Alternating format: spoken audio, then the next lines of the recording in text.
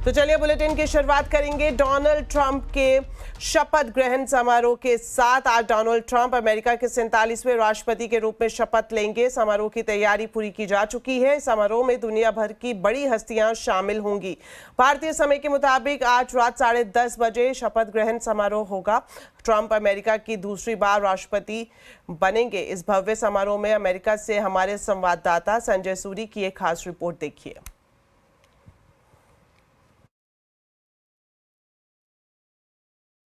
ठीक 12 बजे Donald Trump को यहाँ पीछे कैपिटल हिल में राष्ट्रपति घोषित किया जाएगा।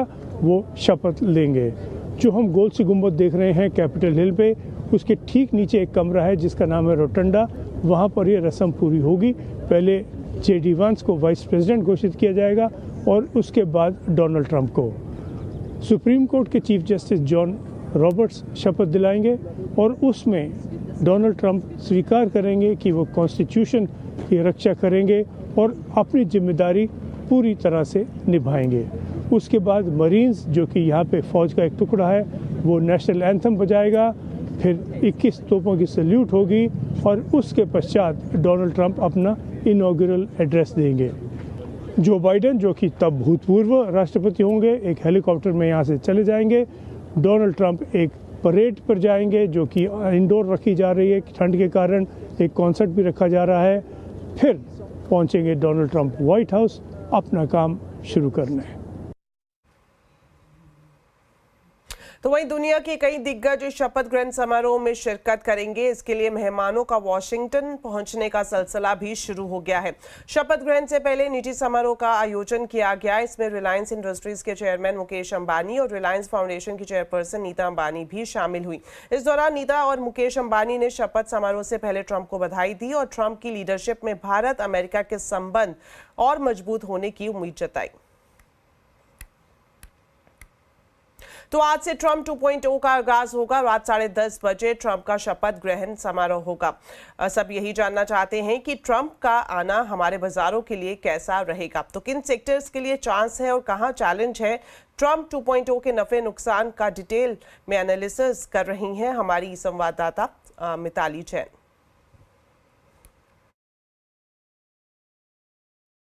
सर, तो अपॉर्चुनिटीज़ की अगर बात करें डोनाल्ड ट्रंप के री इलेक्शन के कारण, तो अमेरिका और चीन के बीच जो ट्रेड वॉर चल रहा है वो वाइडन होने की संभावना है, जिसके चलते भारत यूएस की सप्लाई चेन का एक पार्ट बन सकता है, जो कि बहुत अच्छी बात होगी। साथ ही सेक्टर स्पेसिफिकली बात करें तो electronics, metal, chemical, textile, auto industries को अच्छा फ़ायदा यहाँ देखने को मिल सकता है। उसके अलावा मजबूत डॉलर भारतीय एक्सपोर्टर्स के लिए भी फ़ायदेमंद साबित हो सकता है। और साथ ही स्ट्रॉन्ग इंडिया यूएस रिलेशंस के चलते डिफेंस और टेक्नोलॉजी सेक्टर में भी काफ़ी अच्छा बूस्ट देखने को मिल सकता है। अगर चैलेंजेस की बात करें तो अमेरिका फर्स्ट एजेंडा के तहत इंपोर्ट पर टैरिफ बढ़ा सकते हैं, जिसके कारण भारतीय फार्मा, IT और टेक्सटाइल कंपनीज के लिए एक चुनौती बन सकती है। अगर हम बात करें टैक्स की, तो ये बताया जा रहा है कि टैक्स में कटौती हो सकती है। ट्रंप कॉर्पोरेट टैक्स 21% से घटाकर 15% तक कर सकते हैं और क्या भारतीय कंपनियों के लिए ये यहाँ पे फायदा देखने को मिल सकता है। IT सेक्टर की पर्टिकुलरली बात करें तो स्ट्रिक्ट H-1B वीज़ा जो है वो उसकी नीतियों के चलते ऑपरेशनल कॉस्ट में बढ़ोतरी देखने को मिल सकती है। लेकिन टैक्स कट से अमेरिकन जो IT कंपनीज है वो अपना एक्सपेंडिचर भी बढ़ा सकती है, जो कि एक अच्छा स्ट्रॉन्ग सिग्नल होगा। फार्मा पे क्या असर पड़ेगा, तो दवा की कीमतें घटाने की कोशिश से प्राइसिंग पर काफ़ी प्रेशर जमता नजर आएगा, लेकिन जेनरिक ड्रग्स की डिमांड बढ़ने से एक्सपोर्ट में ग्रोथ की उम्मीद जताई जा रही है। एनर्जी और कमोडिटी सेक्टर की अगर बात करें तो अमेरिका में ऑयल एंड गैस प्रोडक्शन बढ़ने की उम्मीद है, जिसके तहत कीमतें जो है वो स्थिर रह सकती है। साथ ही IOC, BPCL और सिटी गैस डिस्ट्रीब्यूटर्स को यहाँ फायदा दिखता नजर आ सकता है। मेटल और इंफ्रा की बात करें तो अमेरिका में इंफ्रा में इन्वेस्टमेंट बढ़ने की उम्मीद है, जिसके तहत मेटल कंपनीज को अच्छा स्ट्रॉन्ग ग्रोथ देखने को मिल सकता है। स्पेसिफिकली टाटा स्टील, हिंडाल्को जैसी कंपनीज के लिए ये एक पॉजिटिव सिग्नल रहेगा। अब लास्ट में बात करें टेक्सटाइल और इलेक्ट्रॉनिक्स सेक्टर की, तो यहाँ पे चाइनीज इंपोर्ट्स पर अगर हायर टैरिफ्स बढ़ते हैं तो ये इंडिया के लिए काफ़ी अच्छी पॉजिटिव न्यूज़ देखने को मिल सकती है यहाँ पे। तो डोनाल्ड ट्रंप के अमेरिकी राष्ट्रपति बनने से भारत पर क्या असर पड़ेगा, इस पर हमारे economic policy editor Lakshman Roy ने पहले इंडिया फाउंडेशन के चेयरमैन राजीव कुमार और एक्सिस बैंक के इकोनॉमिस्ट नीलकंठ मिश्रा से खास बातचीत की। आइए आपको दिखाते हैं।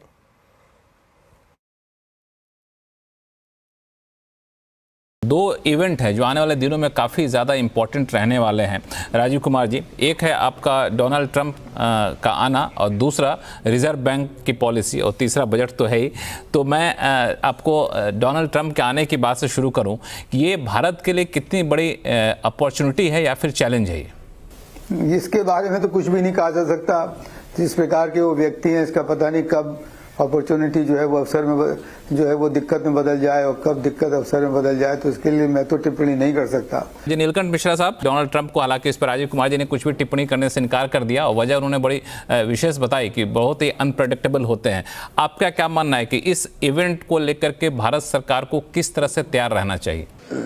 आप देखें जितने भी सीनियर अधिकारी हैं, कुछ तो उनके जो थ्रेट्स हैं कि मैं 60% टैरिफ लगा दूंगा और कनाडा और मेक्सिको में भी 25% लगा दूंगा, शायद वो ना कर पाएं और ना करने की ज़रूरत हो। लेकिन ये आप ज़रूर देखेंगे कि जितने उनके सीनियर अधिकारी हैं जिनके पब्लिक प्रोनाउंसमेंट्स हैं, वो लोग सीरियसली इस पे काम कर रहे हैं। यानी कि वो थोड़ा तो बार्गेनिंग और पॉस्चरिंग है, लेकिन उसके अंदर ये ज़रूर लोगों को इच्छा है कि हम ग्लोबल ट्रेड फ्लोस को शिफ्ट करें। इसमें भारत को इसका फायदा भारत को उठाने की कोशिश करनी चाहिए। तो जैसा हम लोगों ने पहले भी डिस्कस किया कि अगर हम कुछ स्टेट गवर्नमेंट के साथ जाके, और जैसे राजीव कुमार जी ने भी कहा कि हम अगर जैसे मोबाइल फ़ोन का PLI स्कीम क्यों चल रहा है, क्योंकि हम जो दो सबसे बड़े non Chinese mobile phone brand owner थे, उनके साथ हमने टेबल के साथ बैठ के देखा कि भाई आप बताएं कि क्या चाहिए आपको।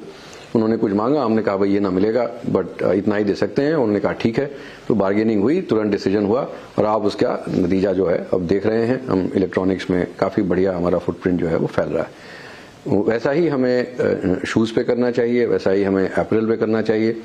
मतलब जूते जो है बहुत ही लेबर इंटेंसिव सेगमेंट है, तो कोई वजह ही नहीं है जब ये हम नाइकी और एडिडास और न्यू बैलेंस और इन सबको पकड़ के अगर कहें कि भाई आप क्या चाहते हैं जिससे कि इंडिया से आप प्रोक्योर करना शुरू करें, वो बताएंगे। अगर हम कर सकते हैं कुछ राज्यों के साथ, तो हमें करना चाहिए। तो यहाँ पे मार्केट डाइवर्सिफिकेशन की तरफ ऐसे भी एक्सपोर्ट में सेगमेंट में हम लोग काफ़ी ज़्यादा जोर दे रहे हैं। एक सेगमेंट और है जो डरा हुआ है सेक्टर है, वो IT सेक्टर।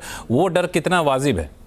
ट्रंप की नीतियां जो हैं वो अभी तक गुड्स ट्रेड पे ज़्यादा हैं। उन्होंने कहा तो ज़रूर है कि भाई अब हम एक्सटर्नल रेवेन्यू डिपार्टमेंट बनाएंगे, कि हम जितने भी इंपोर्ट होते हैं सर्विसेज और गुड्स सब पे टैक्स लगाएंगे, बट सर्विसेज पे जनरली टैक्स लगाना बहुत ही मुश्किल होता है। चलिए अब आपको बताते हैं बाजार का पूरा हाल। कारोबारी हफ्ते के पहले दिन बाजार का जोश हाई रहा। सेंसेक्स निफ्टी बढ़त के साथ बंद हुए। सेंसेक्स 454 पॉइंट चढ़ा तो निफ्टी 142 पॉइंट की तेजी के साथ दिखाई दिया। वहीं mid cap small cap shares में भी खरीदारी रही। डिटेल्स लेते हैं कंचन से। तो कंचन बताएं आज बाजार का हाल कैसा रहा और किन स्टॉक में तेजी और कहां गिरावट देखने को मिली? तो हफ्ते का पहला कारोबारी दिन डेफिनेटली एक पॉजिटिव नोट पे हमें बंद होता हुआ दिखाई दिया है। All thanks to bank Nifty. आज बैंकिंग शेयर्स में एक अच्छा खासा हमें मोमेंटम देखने को मिला है। स्टॉक स्पेसिफिक एक्शन की बात कर लेते हैं।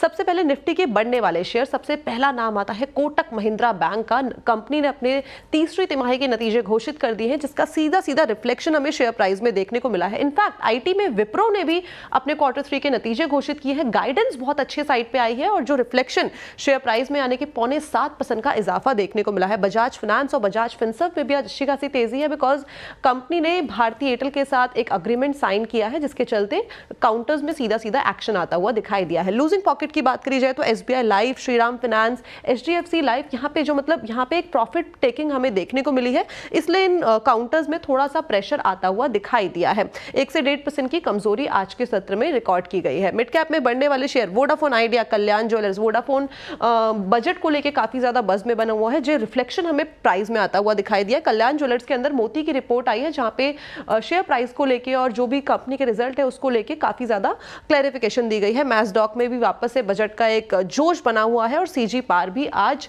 करीब करीब 6% की बढ़त के साथ बंद हुआ है। लूजिंग पॉकेट की बात कर लेते हैं। Supreme industry, Voltas, Indian hotels के आज नतीजे आए हैं और वो नंबर्स पे रिफ्लेक्ट होता हुआ दिखाई दिया है। इनफैक्ट सुप्रीम इंडस्ट्री ने भी अपने 1-2 दिन पहले नतीजे घोषित किए हैं और वो रिफ्लेक्शन नंबर्स पे आता हुआ दिखाई दिया। फीनिक्स मिल भी आज करीबन 1% की कमजोरी के साथ बंद हुआ है, लेकिन बैंकिंग शेयर्स में अच्छा खासा मोमेंटम देखने को मिला है। शुक्रिया कंचन इस पूरे मार्केट अपडेट के लिए। चलिए अब आपको दिखाते हैं सीएनबीसी आवाज की बिग बजट एक्सक्लूसिव खबर। बजट में रोजगार बढ़ाने पर खास फोकस दिखाई दे सकता है। सूत्रों से मिल रही एक्सक्लूसिव जानकारी के मुताबिक ईएलआई स्कीम और पीएम इंटर्नशिप स्कीम को ज्यादा आकर्षक बनाया जा सकता है। पूरी खबर जानते हैं हमारे वरिष्ठ सहयोगी लक्ष्मण रॉय से। तो लक्ष्मण जी बताएं, रोजगार बढ़ाने को लेकर क्या कुछ बड़े ऐलान बजट में देखने को मिल सकते हैं? देखिए, दरअसल ईएलआई यानी एम्प्लॉयमेंट लिंक्ड इंसेंटिव स्कीम को सरकार ने पिछले बजट में लॉन्च किया था और अब मुझे सूत्र बता रहे हैं कि इस स्कीम का सरकार दायरा बढ़ा सकती है और उसको आकर्षक बनाने के लिए कई सारे कदम उठा सकती है। मिसाल के तौर पर एम्प्लॉयमेंट लिंक्ड इंसेंटिव स्कीम के तहत एम्प्लॉय और एम्प्लॉयर को सरकार इंसेंटिव देती है, तो उस इंसेंटिव की रकम बढ़ाना और उसका दायरा बढ़ाना सरकार के लक्ष्य में है और इस प्रस्ताव पर सरकार विचार कर रही है। और इस स्कीम के तहत 1.75 करोड़ लोगों को नए कारोबारी साल में रोजगार देने का सरकार लक्ष्य भी रह सकती है। इसी तरह से एक स्कीम है जिसको कहते हैं इंटर्नशिप स्कीम। इस इंटर्नशिप स्कीम के तहत इसमें सरकार इसको भी इंसेंटिव इसका बढ़ा सकती है और इसमें जो लोग इंटर्नशिप स्कीम के लिए अप्लाई करते हैं, अगर उनको इंटर्नशिप नहीं मिल पाता है 6 महीने या साल भर बाद, तब भी उनको भत्ते का हकदार माना जा सकता है। 5,000 या 6,000 रुपये भत्ता दिया जा सकता है। तो इस तरह के कुछ खास कदम बजट में आपको रोजगार बढ़ाने के लिए देखने को मिल सकते हैं और इसका मुख्य मकसद ये है कि रोजगार के मौके बढ़ाए जाएंगे तो जाहिर तौर पे लोगों के हाथ में पैसा आएगा और फिर इससे कंजम्पशन ग्रोथ को भी बढ़ावा दिया जाएगा। तो ये एक बड़ा नजरिया है जिसकी झलक आपको बजट में देखने को मिल सकती है। जी शुक्रिया लक्ष्मण जी इस एक्सक्लूसिव जानकारी के लिए। चलिए अब बात करते हैं सीएनबीसी आवाज की बजट यात्रा की, जिसमें हम देश के अलग अलग हिस्सों में जाकर लोगों से पूछ रहे हैं कि आने वाले बजट से वो क्या उम्मीद कर रहे हैं। तो इसी कड़ी में आज हम आपको लेकर चलेंगे अहमदाबाद, जहां रिवर फ्रंट पर संवाददाता केतन जोशी ने बजट को लेकर कई लोगों से बातचीत की और जाना कि बजट से उनकी क्या उम्मीदें हैं। देखिए। बजट यात्रा आप पहुंचे हैं अहमदाबाद के रिवर फ्रंट पर और आइए हम जानते हैं यहाँ जो सैर सपाटे के लिए आए हैं उनसे हम जानते हैं कि ये बजट कैसा होना चाहिए। तो 1 बाय 1 सबके ओपिनियन लेते हैं। मैडम बताइए, बजट आने वाला है, आप क्या चाहेंगी वित्त मंत्री से? डेफिनेटली बजट आने वाला है तो महिलाओं के लिए ज़्यादा से ज़्यादा महिला इकोनॉमी में कंट्रीब्यूशंस दे, और जब हम विकसित भारत की कल्पना कर रहे हैं तब महिला लीडरशिप के रोल में आए, उनका खुद का वेंचर एंटरप्रेन्योरशिप में अपना पैसा लगाए और इकोनॉमी में कंट्रीब्यूट करे, वो बहुत ही ज़्यादा ज़रूरी है। साथ साथ में स्टार्टअप सेक्टर में युवाओं के लिए, भारत एक युवा कंट्री है, युवाओं के लिए बहुत ही अच्छी और भी प्रावधान और प्रयोजन स्टार्टअप इंडिया स्किल्स में तो है, बट युवाओं के लिए कुछ और भी ज़्यादा चीज़ें हो वो बहुत ही ज़्यादा ज़रूरी है। काफ़ी अच्छे सुझाव यहाँ से आए हैं। स्टार्टअप इंडिया, जिस पर प्रधानमंत्री नरेंद्र मोदी भी काफ़ी फोकस कर रहे हैं, उस पर ज़्यादा बल देने की बात कही है। आइए कुछ और ओपिनियन लेते हैं। बजट आ रहा है, आपकी भी कुछ न कुछ डिमांड होगी वित्त मंत्री से? जो मेरी पिछले 3-4 सालों से मैं देख रहा हूँ कि 2 नई स्कीमें चल रही है, एक पुरानी स्कीम और एक नई स्कीम, और उसकी वजह से काफ़ी सारी दिक्कत मुझे भी हो रही है और बहुत सारे लोगों को भी हो रही है। टैक्स फाइलिंग के टाइम हर बार चेक करना पड़ता है कौन सा बेनिफिशियल है कौन सा नहीं है। सो इट इज़ बेटर कि अगर एक फाइनल एक स्कीम आ जाए तो वो अच्छा रहेगा लोगों के लिए। और दूसरा एक डिमांड है, वो है अभी जॉइंट फाइलिंग का भी एक रिकमेंडेशन हुआ है हमारी इंस्टीट्यूट ऑफ चार्टर्ड अकाउंटेंट से कि अगर लोगों का हस्बैंड वाइफ का joint filing of income tax return हो तो वो एक अलग शुरुआत हो सकती है, जो फॉरेन कंट्रीज में भी हो रहा है। जिस हिसाब की सैलरी होनी चाहिए उस हिसाब की सैलरी नहीं है, लेकिन टैक्स बढ़ते जा रहा है, जैसे दिन प्रतिदिन टैक्स में बढ़ाव आते जा रहा है। तो मैं चाहता हूँ यही कि टैक्स में कुछ कटौती की जाए सरकार की ओर से, ताकि जो नए जिनको एम्प्लॉयमेंट मिल रही है वो कुछ सेविंग कर सके, ताकि भविष्य में वो इन्वेस्ट कर सके या कुछ भी कर सके देश की। तो भले ही रिवर फ्रंट पर लोग यहाँ घूमने के लिए आए हैं, लेकिन जो सुझाव यहाँ से हमें मिले हैं वो काफ़ी दिलचस्प है। अलग अलग आयु और वर्गों के सुझाव यहाँ से मिले हैं। उम्मीद है कि वित्त मंत्री साहिबा इसके ऊपर जरूर गौर फरमाएंगे। Ketan Joshi, riverfront, Ahmedabad. चलिए अब आपको दिखाते हैं बजट से जुड़ी एक और खबर। बजट में डीप टेक सेक्टर में फंडिंग और एआई के संभावित रिस्क से निपटने के लिए डीप टेक पॉलिसी के तहत बड़े ऐलान किए जा सकते हैं। पॉलिसी में स्टार्टअप्स को टैक्सेशन में राहत देने के साथ साथ एक रेगुलेटरी फ्रेमवर्क बनाने का भी ऐलान किया जा सकता है, ताकि नई टेक्नोलॉजी के लिए सेफ एनवायरनमेंट तैयार किया जा सके। पूरी खबर बता रहे हैं आलोक प्रियदर्शी।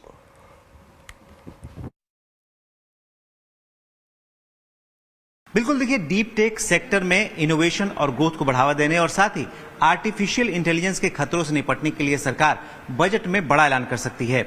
सीएनबीसी आवाज को सूत्रों से जानकारी मिली कि सरकार national deep tech startup policy का ऐलान कर सकती है, जिसके तहत डीप टेक सेक्टर में काम करने वाले स्टार्टअप्स को बढ़ावा दिया जा सकता है। इसके तहत ई सॉप्स पर जो टैक्स रिलीफ मिल सकता है और साथ ही साथ जो रिसर्च एंड डेवलपमेंट में जो इन्वेस्टमेंट होगा उस पर इंसेंटिव भी दिया जा सकता है। इसके अलावा स्टार्टअप इकोसिस्टम में लॉन्ग टर्म फंडिंग की भी व्यवस्था की जा सकती है।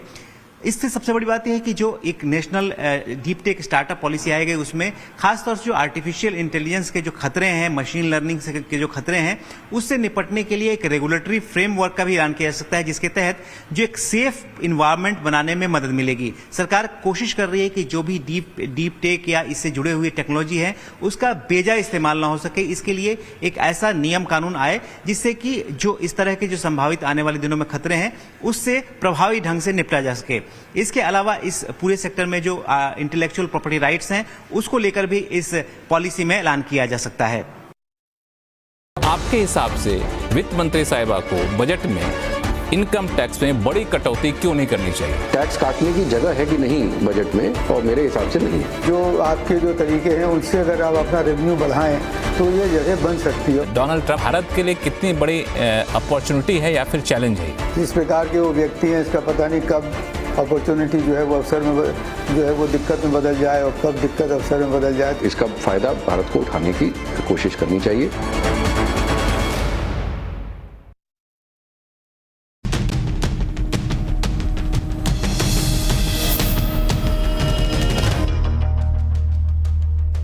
Welcome back. अब बात करेंगे भारत मोबिलिटी ग्लोबल एक्सपो की। इस एक्सपो में जहां एक तरफ 2 व्हीलर्स और 4 व्हीलर्स का जलवा है, वहीं दूसरी तरफ होंडा ने कम्यूटर्स को रोड सेफ्टी लेसन सिखाए हैं। HMSI के विनय ढींगरा ने हमसे खास बातचीत में बताया कि 2050 तक हमारा 0 रोड एक्सीडेंट डेथ का लक्ष्य है।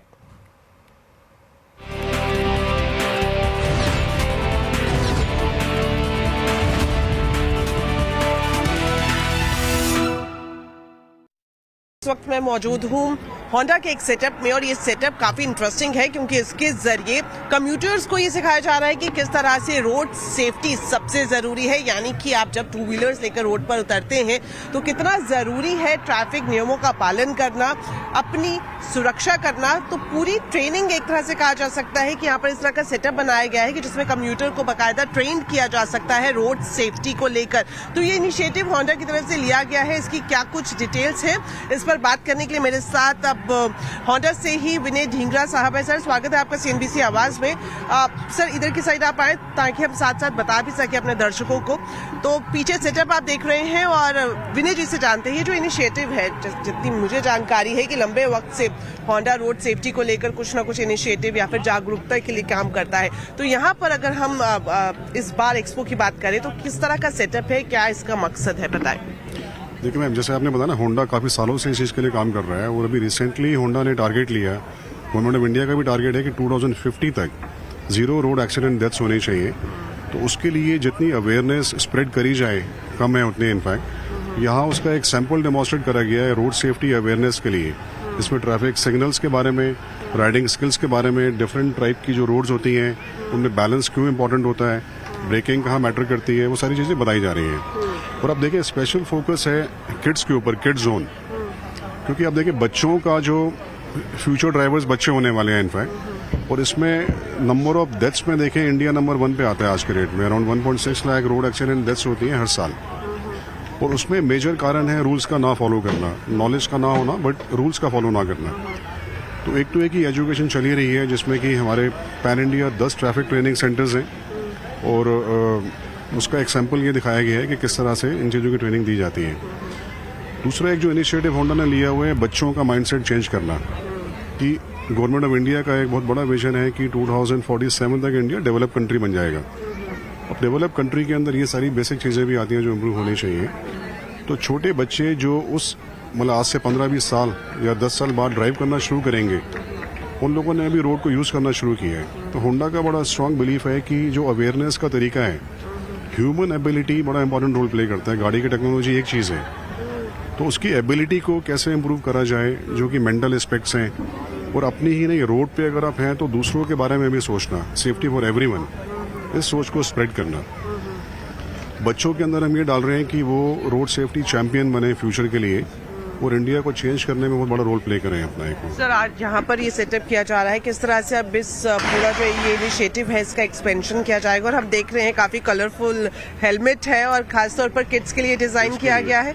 इसका बेसिक पर्पस ये है कि बच्चों को कैसे सेफ्टी फैशन बन जाए, एक तरह का है ना, सेफ्टी रोड सेफ्टी फैशन। तो बड़ा ब्यूटीफुली डिजाइन करा गया है कि बच्चों को अच्छा लगे।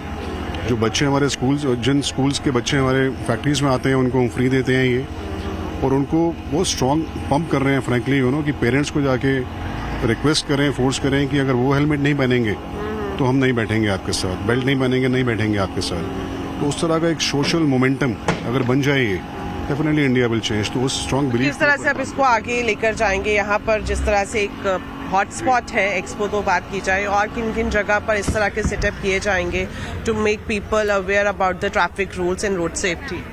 मैडम, एक तो जैसे मैंने पहले बताया, हमारे 10 ट्रैफिक ट्रेनिंग पार्क्स हैं इंडिया के अंदर, साउथ, नॉर्थ, वेस्ट, ईस्ट सारा कवर्ड है वो। और पैन इंडिया हमारी रोड सेफ्टी डेडिकेटेड टीम्स हैं जो जाके स्कूल्स में ट्रेनिंग प्रोवाइड करती हैं, स्कूल्स, कॉलेजेस, कॉर्पोरेट्स के अंदर जाके। और अभी जो नया ड्राइव जो है वो पैन इंडिया स्कूल्स के साथ हम पार्टनरशिप टाइप की कर रहे हैं कि उनको रोड सेफ्टी ट्रेनिंग, सिर्फ रोड सेफ्टी नहीं, ओवरऑल डिसिप्लिन एंड लाइफ की ट्रेनिंग दी जाए। जैसे मैथ्स या साइंस होता है वैसे ये सब्जेक्ट भी साथ में जुड़ जाए, ताकि जब ये बच्चे बड़े हों डेफिनेटली बहुत रिस्पॉन्सिबल रोड यूजर बने सारे मिलके ये। साथ ही इस ग्लोबल एक्सपो में सियाम के प्रेसिडेंट शैलेश चंद्रा ने कहा कि सरकार के 5 साल की मेहनत का ऑटो इंडस्ट्री पर असर दिखाई दे रहा है। सरकार के साथ साथ अब कंपनियां भी ईवी ग्रीन फ्यूल व्हीकल पर फोकस कर रही हैं। शैलेश चंद्रा से खास बातचीत की हमारे संवाददाता रोहन सिंह ने, आइए आपको दिखाते हैं।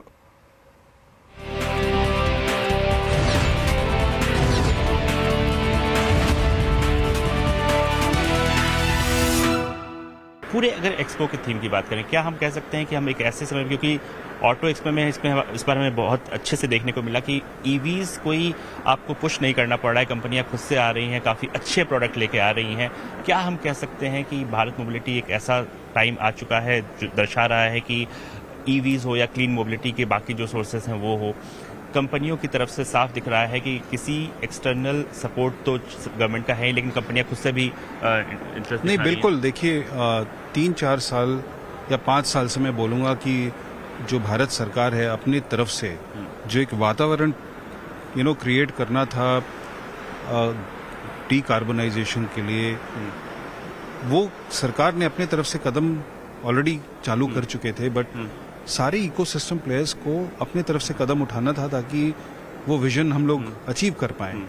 मुझे लगता है वो आज क्लियरली देखने को मिल रहा है कि भारत सरकार ने जो अपने तरफ से जितनी इनिशिएटिव्स ली उसमें कॉन्फिडेंस जो है सारे प्लेयर्स का बढ़ा है और सब उस दिशा में काम करना चाहते हैं। और उनको सबको अब ये समझ में आ गया है कि शायद इसी दिशा में जो है वो डेस्टिनेशन है पूरी मोबिलिटी सेक्टर की।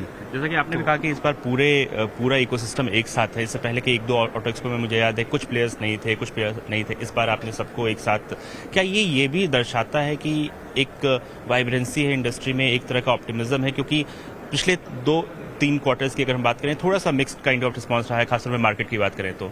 यहाँ पे जो ऑटो एक्सपो में हमें दिख रहा है, भारत मोबिलिटी में हमें दिख रहा है, क्या दिखाता है कि आउटलुक अच्छा है? नहीं, इसमें सबसे पहला तो आउटलुक तो मैं बोल रहा हूँ कि कॉन्फिडेंस तो भारत की ग्रोथ स्टोरी पर सबको है। अगर आप देखें अगले 5 वर्षों में ग्लोबल ऑटो इंडस्ट्री, स्पेशली मैं अगर कार्स की बात करूँ तो 8 मिलियन से ग्रोथ होने वाली, जिसमें 25% से 30% जो ग्रोथ है वो भारत में होने वाली है। तो कॉन्फिडेंस ग्रोथ स्टोरी में तो लोगों की है ही। बट ये जो आप देख रहे हैं इलेक्ट्रिक व्हीकल, सस्टेनेबिलिटी, इसके तरफ जो फोकस दिख रहा है आपको, ये दर्शाता है कि सभी ओईएम्स में ये रियलाइजेशन आ चुका है कि यही शायद दिशा है फ्यूचर की। और वो हमें जितनी जल्दी हम दिखा पाए ग्राहकों को और जितनी जल्दी इस जर्नी में आ जाएं, इसमें सबका फायदा है और जल्दी से हम लोग उस डायरेक्शन में जा सकते हैं।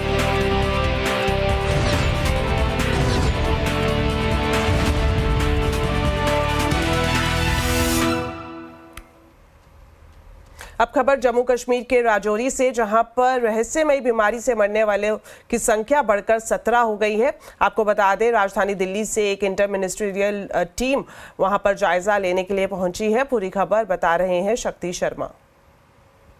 राजौरी जिला के बढ़ाल गांव में मैं मौजूद हूं। यहां मौत का आंकड़ा अब 17 हो चुका है। बीती रात यास्मीन, जिसकी उम्र 15 साल थी, जम्मू के शालामार अस्पताल में उसने दम तोड़ा और अब यह आंकड़ा 17 पहुंच चुका है। आज केंद्र सरकार द्वारा गठित की गई टीम भी बढ़ाल वो बढ़ाल पहुंच चुकी है। वो अपना काम वो टीम शुरू कर गई है और इस वक्त लॉकडाउन जैसी स्थिति इस पूरे गाँव में है। लोग खौफजदा हैं, घरों से बाहर नहीं निकल रहे हैं और पुलिस द्वारा भी लोगों को हिदायत दी गई है कि वो बिना मतलब के घरों से बाहर ना निकलें। जो इंतजाम किए गए मैं आपको दिखाना चाहता हूँ। मेडिकल डिपार्टमेंट की तरफ से यहाँ पर कैंप पिछले लगातार 40 दिनों से यहाँ पर लगाया गया है। साथ ही साथ सेना के जवान भी मोर्चा संभाले हुए हैं। लोगों को सलाह है कि वो बिना मतलब के घर से बाहर ना निकलें। आज उस यास्मीन का यहाँ पर जनाजा होगा, लेकिन केंद्र सरकार की जो टीम आई है वो काफ़ी महत्वपूर्ण टीम है। पूरी तरह से जांच वो टीम करना शुरू कर चुकी है और इस पूरे इलाके में पानी के साथ साथ खाने पीने का सामान और लोगों से भी पूछताछ इस टीम द्वारा की जा रही है। इसी के साथ बुलेटिन में मेरे साथ इतना ही, लेकिन जाने से पहले आपको बताते हैं आज के कंज्यूमर अड्डा के टॉपिक के बारे में। बॉडी मास मापने के स्केल BMI पर एक बार फिर से सवाल उठने लगे हैं। ऐसे में बॉडी मास मापने का विश्वसनीय तरीका क्या है, इसी पर ही आज कंज्यूमर अड्डा में हम खास चर्चा करेंगे। मोटापे का स्केल BMI फेल, तो जरूर देखिएगा आज शाम 5:57 पर।